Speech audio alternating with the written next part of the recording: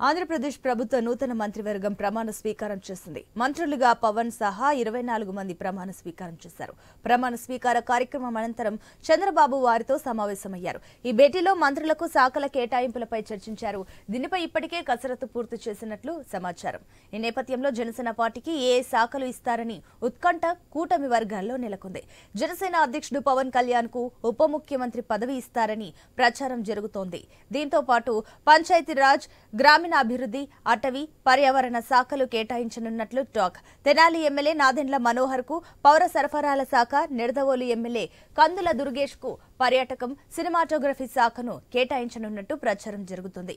ఎవరికి ఏ శాఖలు కేటాయించారో చంద్రబాబు ఇవాళ అధికారికంగా ప్రకటించనున్నారు. రైట్, ఇదే అంశానికి సంబంధించి మరిన్ని డీటెయిల్స్ మా ప్రతినిధి హరీష్ అందిస్తారు. Harish, over to you.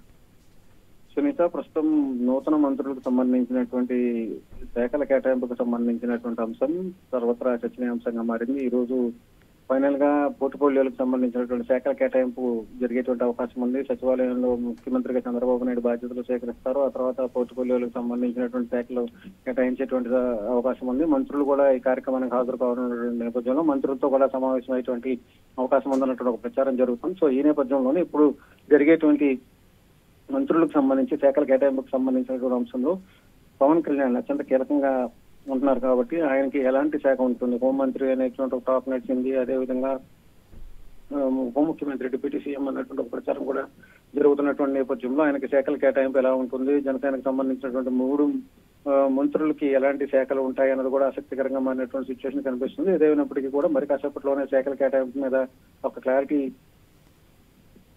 వచ్చేటువంటి అవకాశం ఉంది. ఇందులో భాగంగానే ఈ రోజు ముఖ్యమంత్రిగా నారా చంద్రబాబు నాయుడు బాధ్యతలు స్వీకరించబోతున్నారు. కాసేపట్లో ఆయన తిరుపతి నుంచి విజయవాడ రాబోతున్నారు. అక్కడి నుంచి దుర్గగూడికి వెళ్లి నేరుగా క్యాంపు కార్యాలయానికి వెళ్తారు. అక్కడి నుంచి సాయంత్రం 4 గంటల తర్వాత ఆయన అమరావతి సచివాలయానికి వెళ్తారు. అక్కడ సాయంత్రం బాధ్యతలు స్వీకరించిన తర్వాత పోర్ట్ఫోలియోలకు సంబంధించినటువంటి ప్రకటన, అదేవిధంగా జనసేనకి ఇచ్చేటువంటి మంత్రులకు సంబంధించినటువంటి శాఖల పైన కూడా క్లారిటీ వచ్చేటువంటి అవకాశం ఉంది. సునీత.